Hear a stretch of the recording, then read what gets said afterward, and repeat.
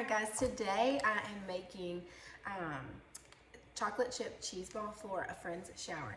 Now, the friend's sister said to bring something chocolate, but they already have cookies, so my go-to is chocolate chip cookies because I make the best chocolate chip cookies. And so then the second thing I would think about with chocolate would be brownies, but my friend happens to make the best brownies on the face of the earth, and so I'm not about to take brownies to her house and compete with that. It's just not gonna happen. So I was trying to think of things, and I thought of like maybe a chocolate souffle with like raspberries on it.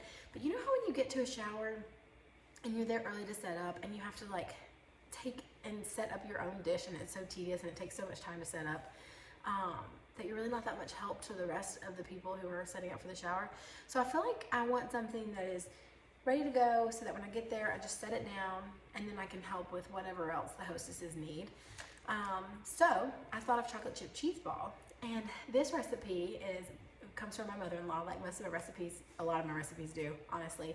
She had made the first time I'd ever had this, she had made this for some shower, I can't really remember, but I do remember my little sister and I taking the leftovers, and we ate most of it. I can see us sitting by the pool eating this chocolate chip cheeseball because we had never had something that tasted so good.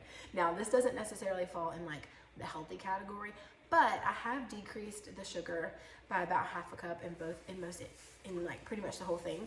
So really I've decreased it by like a whole cup when you add the two different kinds of sugar. So it's a little bit lower in sugar, and I'm gonna see how it tastes. It's butter, cream cheese, and sugar, so even with lower sugar it can't be bad. So we're gonna go with it and see what we get. First, let's look at the ingredient. You know, for special occasions, you just gotta go with it. So we have 2 things of cream cheese, and then I have a stick of butter, and I'm gonna soften those so they should be about room temperature. I have 1 cup of powdered sugar. I'm gonna add some brown sugar, which is over here. And then I have 2 different kinds of chocolate chips. Here's why. Ghirardelli, hands down, my favorite chocolate chip. It makes the best cookies. It's just the best flavor. I don't even make chocolate chip cookies if I don't have Ghirardelli. It's not worth it to me. It is the secret ingredient. It makes them so good. But the recipe called for rolling the cheese ball in mini chocolate chips after you put them in. It also called for mini chocolate chips. Well, our store didn't have mini Ghirardelli. There are mini Ghirardelli, we just don't have it. So I did get the Nestle minis. I don't know. There's something, I almost think I'm gonna just roll them in the big chocolate chips and only use the big ones because I just don't like anything other than Ghirardelli. So I don't know, I'll make a game time decision, but let's get started. Okay, I've got 2 packages of cream cheese in here, so they're 8 ounces each, so 16 ounces of cream cheese, and I've got 1 stick of butter. The original recipe called for 2 sticks of butter. I'm gonna go with 1 and see what happens. You can always add more, but I think it's gonna be fine. And then I also put 1 cup of powdered sugar versus the original recipe, which also called for 1.5 cups. So we're reducing it just a little bit. I'm gonna add 2 tablespoons of brown sugar, which is also a bit of a reduction. And again, we're just gonna see how it goes. But with chocolate chips, all these ingredients, it can't be bad. And I'm gonna go ahead and put all of these in the mixer.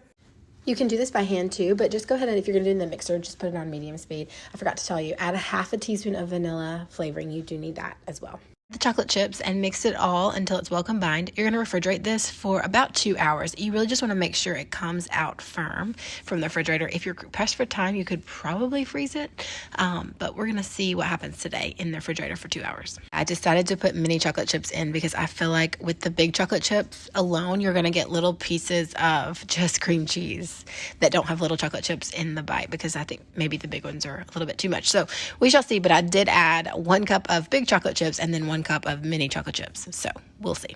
And that's what it looks like.